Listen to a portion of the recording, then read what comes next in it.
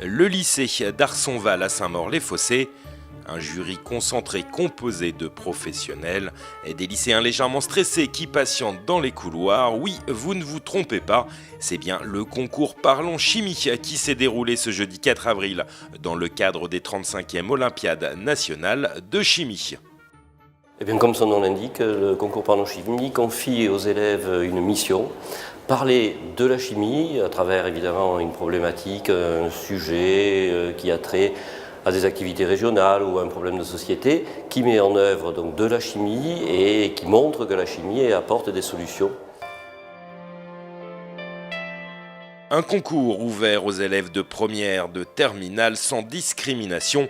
Toutes les filières sont concernées, classes scientifiques, techniques et professionnelles, venues de toute la France.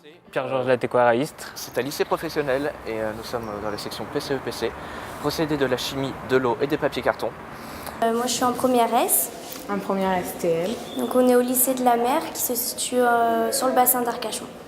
Donc je suis au lycée Saint-Michel de Beaucerville à Nancy. C'est tout près de Nancy, c'est un petit village à côté en Meurthe-et-Moselle. Et des lycéens venus de toute la France, mais pas seulement. Cette édition 2019 a été marquée par l'international. En effet, un binôme a présenté en visioconférence son projet d'enjeu moléculaire du chocolat équatorien en direct du lycée français de Quito.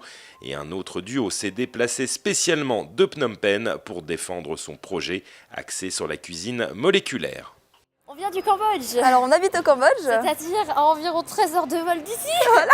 Avec une température là-bas paradisiaque, 40 degrés, donc un peu chaud, mais voilà. Quoi.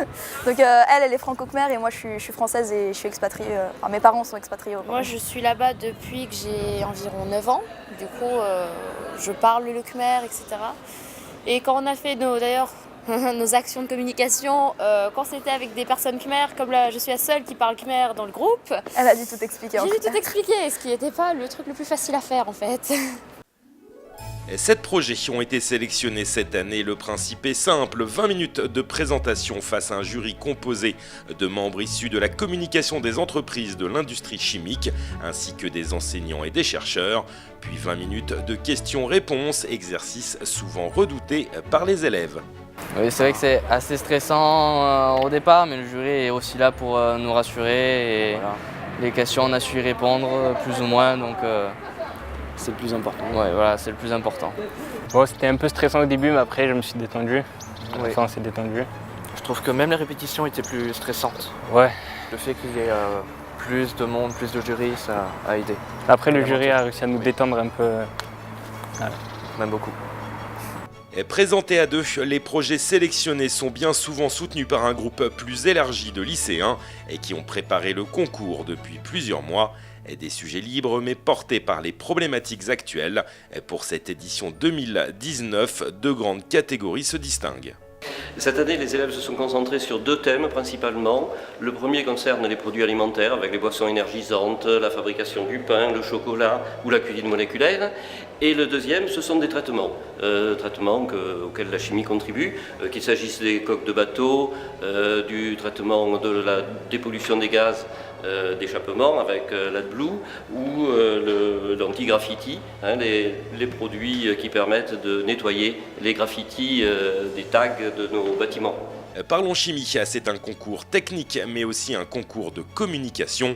Promouvoir son initiative auprès du plus grand nombre, un art indispensable afin de sensibiliser le jury.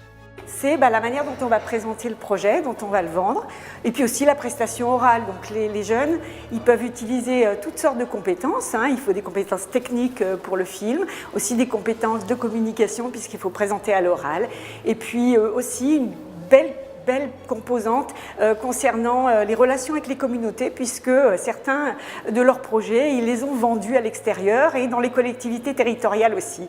Bravo à eux.